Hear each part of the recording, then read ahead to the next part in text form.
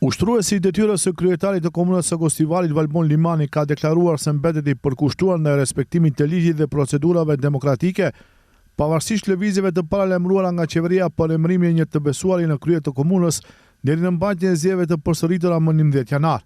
I ftuar në emisionin Politika në televizionin Globi, Limani potencoi se është i gatshëm të pranojë çdo vendim institucional, por do të kërkojë deri në fund të drejtën ligjore, jo për interesa personale, por për të dëshmuar se ligji dhe normat duhet të zbatohen nga të gjithë. Sipas tij, paralajmërimet për emërimin e një të besuarit të qeverisë kanë më shumë karakter politik se sa juridik, por shtoi se nuk ka një përgjigje pse vonohet emërimi nga ekzekutivi. Ai vlerësoi se vendimi për një të besuar do të ishte i vështirë të gjente mbështetje edhe brenda vetë qytetit të Gostivarit. Ndoshta i kanë edhe ato dilemat rreth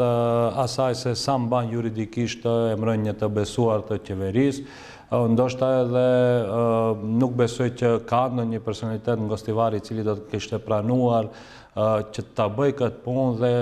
duke ditë edhe mentalitetin e qytetit tonë, por edhe përgjithësi qyteteve tjera, ndoshta e kanë edhe drojën se gjithmonë do të mbahen mend si të besuaret e qeverisë apo të pushtetit. Presim ishte se këtë të martë kishte qeveria seancë, nuk kishte gjë të tillë, thanë që të martën tjetër do të ketë diçka.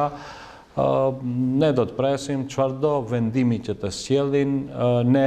kemi bërë planin tonë se si do të veprojmë dhe deri në fund do ta kërkojmë të drejtën tonë, jo për atë se unë si emër i përveçëm, si individ nuk du të lëshoj postin e kryetarit të komunës, por veç për të përdoftuar se ligjet dhe drejta dhe normat duhet të respektohen nga çdo kush. Limani theksoi se nuk ka asnjë frikë nga proceset që mund të zhvillohen dhe është i gatshëm të bashkëpunojë nëse eventualisht caktohet një ushtrues detyre nga qeveria. Unë kam thënë në emisione të tjera, s'ka asnjë problem, unë mund edhe t'i asistoj nëse mendojnë se duhet diçka, lirisht do t'ju asistoj për gjithë ato të cilët i intereson ati ushtruesit të detyrës, shumica e proceseve, gjithë gjërave janë transparente sepse punohet me sisteme elektronike, kështu që nuk ka ndonjë, unë mendoj që më tepër është një show për t'i mbajtur aktiv aktivistët dhe simpatizuesit e tyre se do ndodh diçka e madhe, por ja do vije Marta, do vije edhe Marta tjetër, do të shohim se çka do ndodh. Limani konfirmoi gjithashtu se do të jetë kandidat për kryetar të Gostivarit nga koalicioni Aki në zgjedhjet e 11 janarit, duke shtuar se ekipi i tij tashmë ka gati planin se si do të veprohet në çdo skenar institucional. Lidhur me emrat që qarkullojnë për garën zgjedhore në Gostivar nga ana e oponentëve politik, Limani tha se çfarëdo emri të sjell vlen, ai dhe ekipi i tij janë gati për të konfirmuar edhe një herë fitoren. Për gazetarin Driton Zenku, censusi në Gostivar në rrethin e parë nuk u arrit pasi siç ai tha, kishte bojkot nga partitë e pushtetit qendror. Sa i takon përsëritjes së zgjedhjeve, Zenku potencoi se çfarëdo lëvizje që të bëhen nga vlen, edhe për ska largimit të sjelljes nga AKI, nuk do ndikojnë në rezultat. Në komunën e Gostivarit kemi një realitet tjetër politik, Alianca Krau i Zgjedhjeve Selës në komunën e Gostivarit nuk ka ndonjë përkrahje elektorale, ka një numër të votash të shpërfillshme, kundrejt të subjekteve tjera që vazhdojnë të jenë në AKI.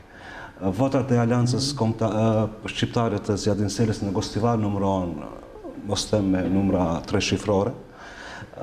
Nëse do të nxjerrë një kandidat, do të jetë vetëm për ndonjë rivalitet të vjetër me kraun tjetër të Arben Taravarit, por rezultati do të jetë dëshpërues për kandidatin dhe për subjektin që do ta nxjerrin si kandidat për zgjedhje, nga fakti se ata dinë se çfarë peshë dhe çfarë fuqie politike kanë në Gostivar. Ata falë bashkëpunimit me Aleancën Kombëtare për Integrim arritën të nxjerrin 2 këshilltar komunal, të cilët jam i bindur që vetë po të garoshin nuk do të mundeshin ta konkretizojnë edhe me një këshilltar komunal, jam më të nxjerrin një kandidat dhe të pretendojnë se do të fitojnë zgjedhje. Afati për dorëzimin e kandidaturave sipas procedurave zgjedhore përfundon më 11 dhjetor. Përpos Gostivarit, zgjedhjet përsëriten edhe në Vrapçisht, Mavrovro Struç dhe Qendër Zhup.